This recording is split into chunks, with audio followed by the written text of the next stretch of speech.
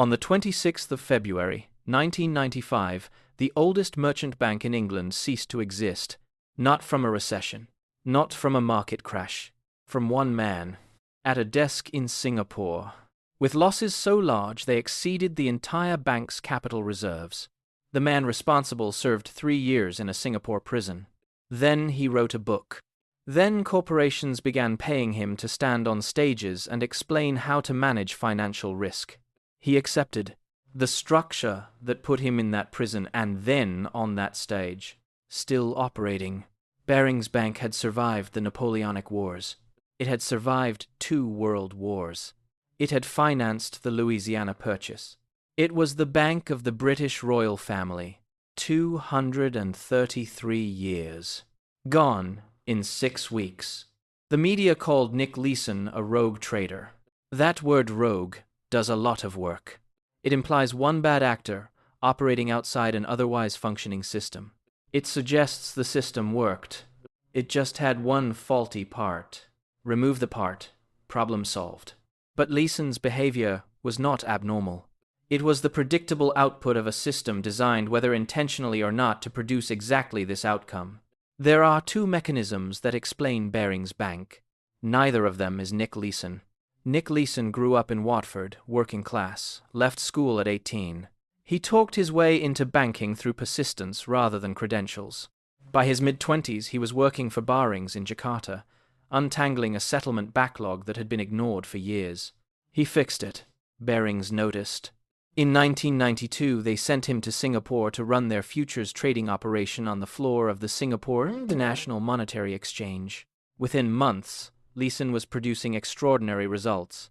In 1993, his desk accounted for roughly 10% of Barings' total annual profit.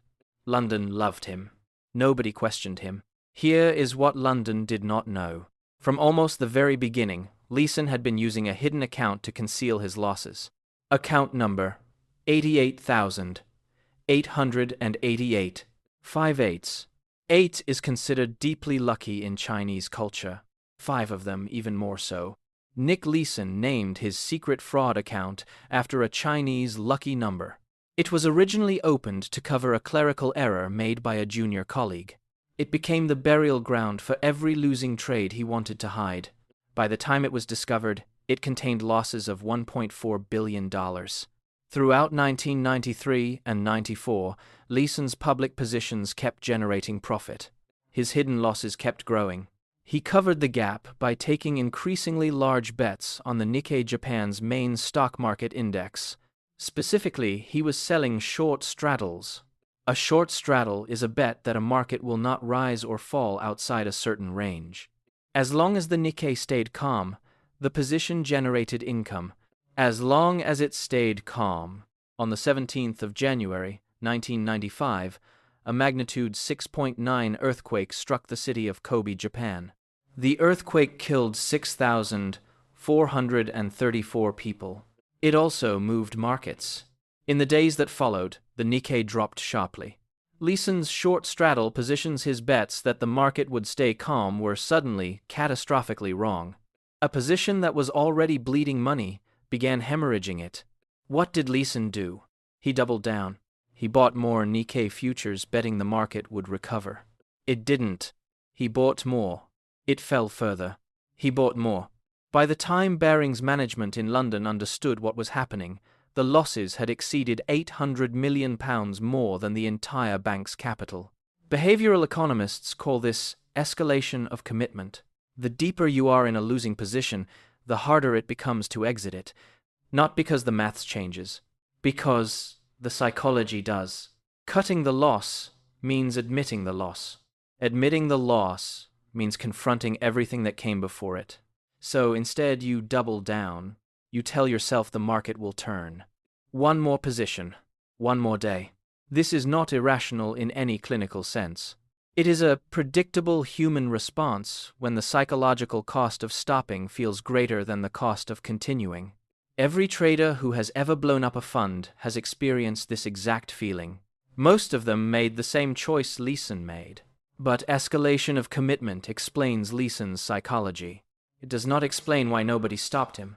The principal agent problem describes what happens when one person acts on behalf of another and their incentives are not aligned.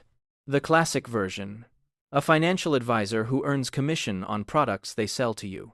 Their stated job is to act in your interest. Their income depends on selling you things. Those two facts cannot fully coexist. Barings created a version of this so extreme it is now a standard textbook case. Leeson was simultaneously the head trader and the head of back-office settlement. He made the trades. He also confirmed the trades. He reported the profits to London. He also verified the reports. There was no independent check on anything he did. London saw the profits and asked no questions. The structure didn't just allow fraud. It structurally prevented fraud from being discovered. Leeson was not a rogue. He was the logical output of a system that had no mechanism for catching him. This is not human failure. It is structural failure, dressed up as human failure. 13 years after Barings collapsed, the same structure produced the same outcome at Société Générale in France. Jérôme Kerviel, a junior trader in Paris, accumulated unauthorized positions that generated losses of 4.9 billion euros. Same mechanism. Insufficient oversight. Losses concealed by rolling positions forward. Discovery followed by catastrophic unwinding. Kerviel was sentenced to 3 years in prison. Société Générale called him a rogue trader. There was that word again. The principal agent problem is not unique to banking. In fee-for-service healthcare systems, doctors are paid per procedure rather than per outcome, which systematically increases the number of procedures performed, regardless of necessity.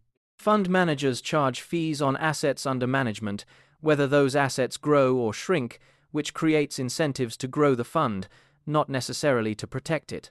Different industries, same misalignment. When the person making decisions does not fully bear the consequences of those decisions, the decisions get worse. Every time. The rogue trader narrative is useful. Not to you, to the institution. It names one person. It implies one faulty component in an otherwise sound system. It suggests that removing the individual fixes the problem. It almost never does. The incentive structures that produced Nick Leeson are still operating in financial institutions today. The names change. The architecture doesn't. The next time you read about a financial scandal, a rogue trader, a bad actor, a lone wolf, pause before accepting that framing. Ask a different question. Not, what did this person do? But, what structure made this possible? Who had oversight? Who was supposed to be checking the work? What happened to the last person who raised a concern? Those questions are harder to answer. They are also the only questions worth asking. Because the rogue trader always has a name. The structure never does. Nick Leeson served 3 years of a 6.5-year sentence, released early for good behavior. After his release, he was diagnosed with colon cancer. He recovered. He wrote a book, Rogue Trader. He began standing in front of corporate audiences, explaining how institutions fail to manage risk. The corporations paid. They found it valuable. The structure that made him possible received no such invitation. It didn't need one.